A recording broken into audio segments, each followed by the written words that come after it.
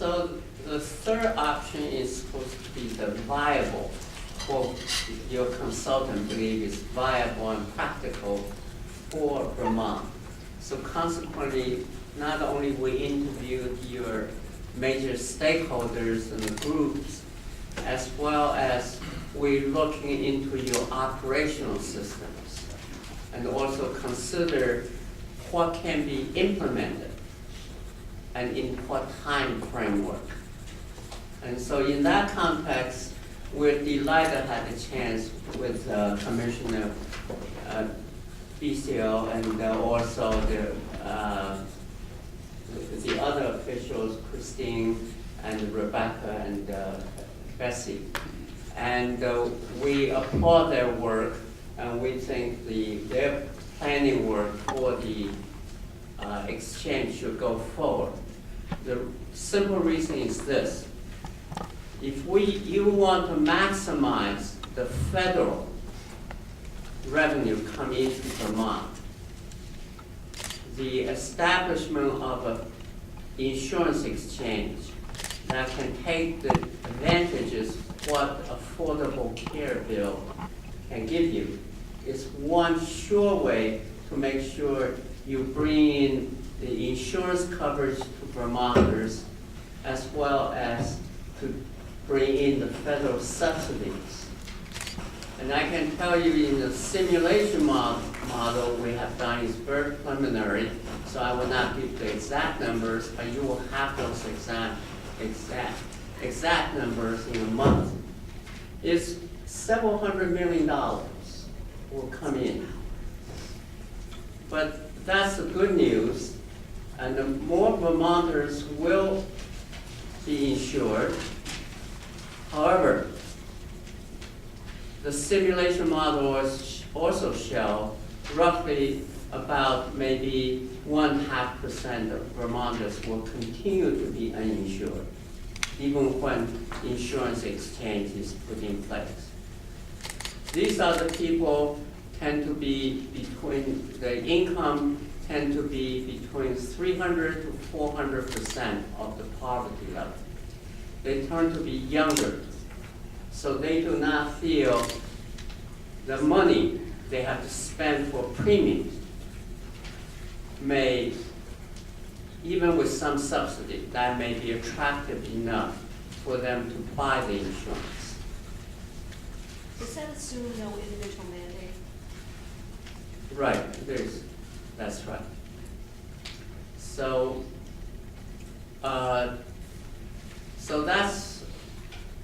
that's one progress we made, is to look at the different ways we can maximize the federal support for Vermont. And that's why we're happy to work with Vishka and other executive branch officials. Let me just say a few words about what we found in the stakeholder analysis. We basically grouped the people we interviewed into about 8 different groups.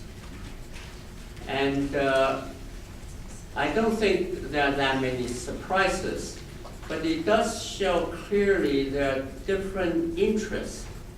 Each group come with some strong interests of their own. And some of that may be flexible, some of them is a line drawn in the sand. If you do not do this, we will oppose you. We will do everything we possibly can to defeat this.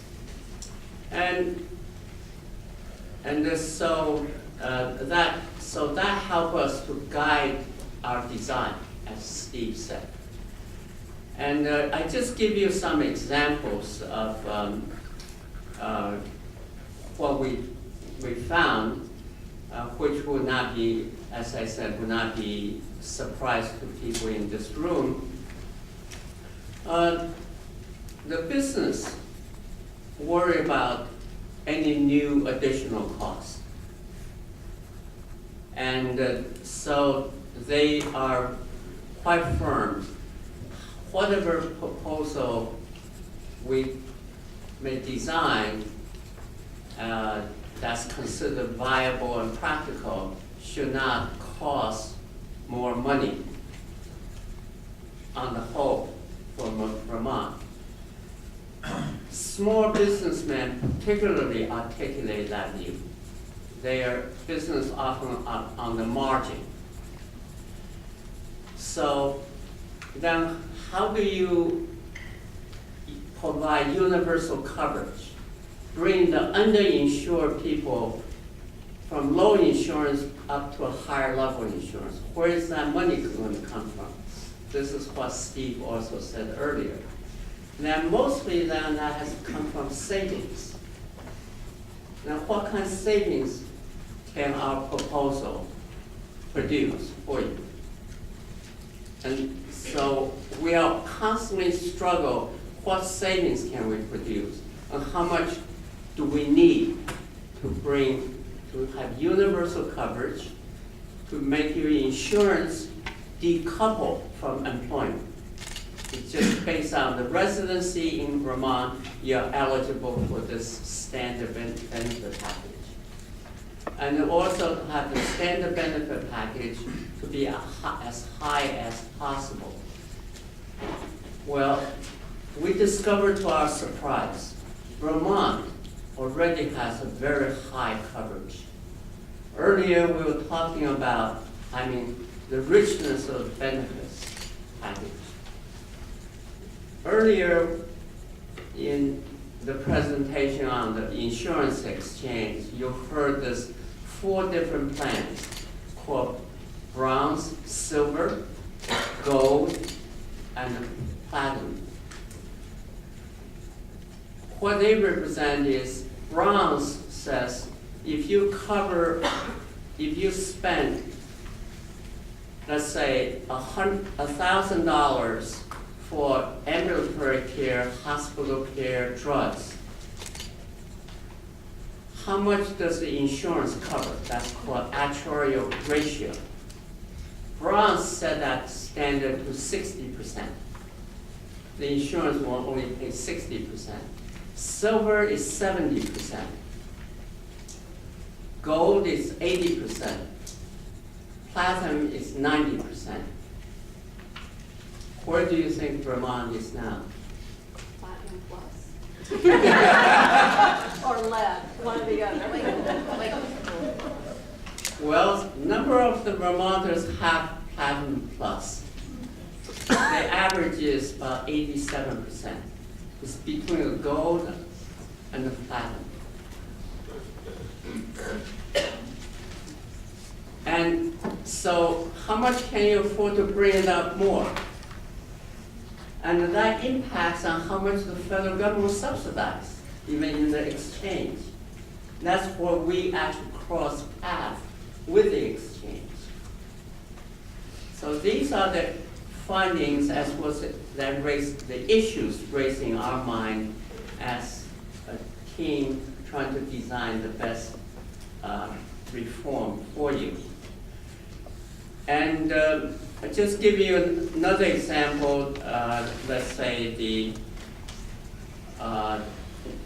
group, you have a very active grassroots groups for advocating for single payer. And I'm sure you know their position is not only universal coverage, but full. Full could mean 100%. Moving from the current 87% to close to 100%. How much would that cost? That actually is specified in your option 1. So we have to design that and also actually estimate how much that will cost and simulate that, how that may impact on the employers, employees, households, and your employment and your gross state product. So